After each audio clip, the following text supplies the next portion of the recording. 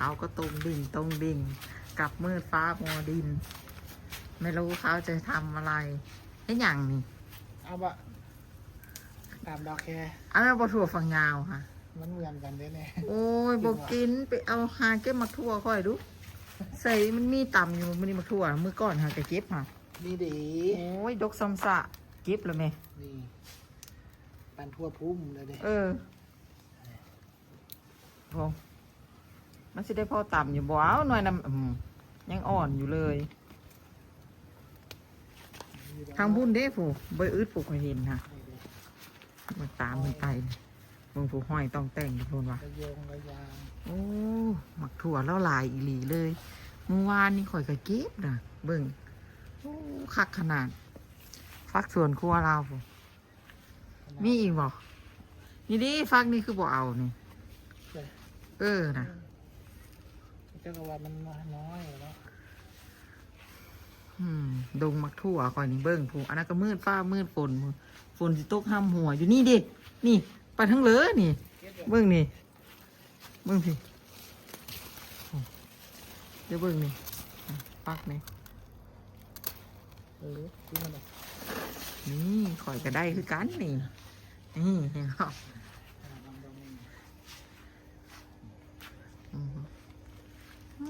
สิตำบักทั่วแน่มื้อนี้ค่ะตำบักทั่วกินกับปิ้งปลาตีเอาปลาทางใดมา ปิ้งมันหรอวะ สิปิ้งหม่ำน้ำตับบ่เขาถามว่าหม่ำน้ำตับคือหยังข่อยบอกหม่ำตับข่อยบอกโอ้ดว่ามันได้นิดหน่อยนึงบูได้ไปกำบูบ่ได้หน่อยดูสิบอกให้ขนาดเก็บแล้วบูขนาดเก็บหลาย3-4 มื้อ 30เลย โอ้ได้การอยู่มักทั่วเจ้าเมื่อแล้วแม่นบอกเมื่อแล้วก็ไปตามแล้วบาดนี่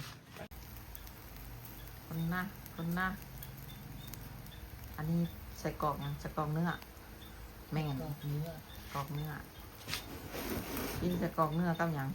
มัน สิเลยมันคือเป็นจุกมักคาโร่นั่นนี่ จ้ะข้าวว่ามัมอะไรอย่างนั้น มัมตับ ก็อยากลองซิมเบิ่ง เจ้าอินนั่นในอันนั้นมันบอกที่เขาว่ามัมตับนะเจ้าจะกินมื้อนี้แหละปิ้งเอาเพิ่นว่าคันทอดกันมันก็คือสิบ่ซุปนี่มันอันเป็นพวงบักเยอะอย่างนี้นะ ถ้ามันเวทก่อน แม่นอยู่บ่เบิ่งเด้อนี่มันสิแซ่บอยู่บ่มื้อนี้ถ้าเบิ่งเพิ่นซิมน่ะมันสิแซ่บอยู่บ่มัมตับเพิ่น บวก แล้วมัมเขาก็สุกแล้ว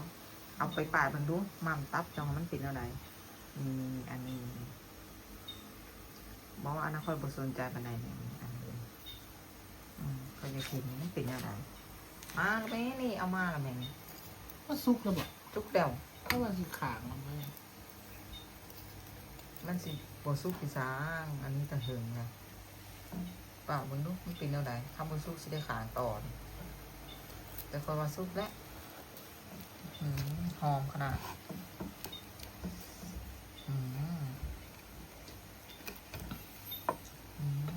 สุกแล้วหอมกินได้ ซุกแล้วแหละ กินได้แซ่บแบบนี้ค่ะ คือขนาดต้องอัพเดทไลน์เด้อ ที่เจ้าที่ยังเพชรบัดคอยมันต้องเพชรลายเด้อบัดทีเพิ่นเอาหูดู ถ้าต่ำมืดเลยบ่ทัวร์เขา บัดตามครึ่งหนึงก็ได้นี่เอ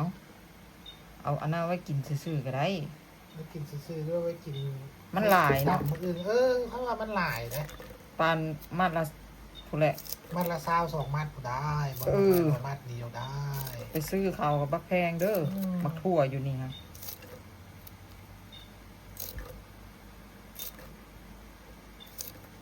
เบิ่งนะบ่ได้น้อยๆเด้อ พอแล้วตามครึ่งเดียว เลย มันกระเด็นนะ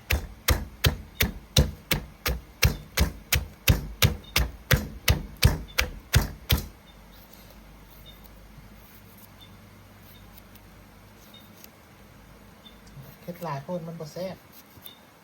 ให้เอาหน่อยๆนะมันจัง แซ่บ มันจังยาใจอันต้องกิน ต้องกินมันยังขึ้นฮอดโอ้ยอย่ากินอีกเด้อย่ากินอีกเด้แบบนี้นะ แ ใส่ปลาแดกไปหน่อยหนึง เช็ดลายมันตะบี้ตะบันกินมันบ่แซ่บนะ มันต้องแบบแย่งกันกิน เอาเลย ใส่ลายแซ่บลายอูมามิ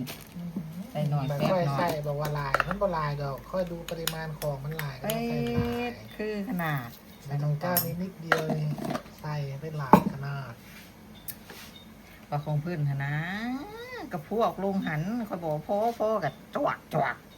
ปลาคงข่อยวิว่าพี่จางข่อยขนาดมักนาว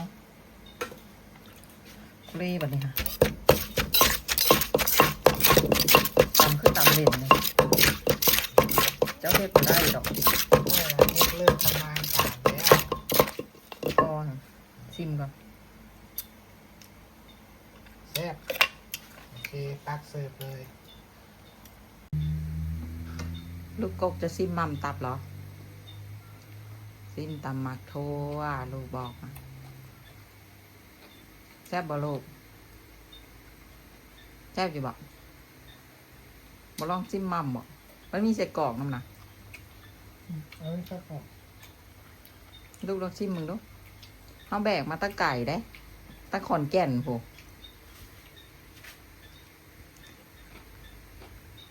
บ่แม่นว่าไปหากินแถวนี้ได้พูดแบกมาตั้งแต่ขอนแก่นโหข้ามมาตั้งหลายจังหวัดกว่าเขาสิได้กิน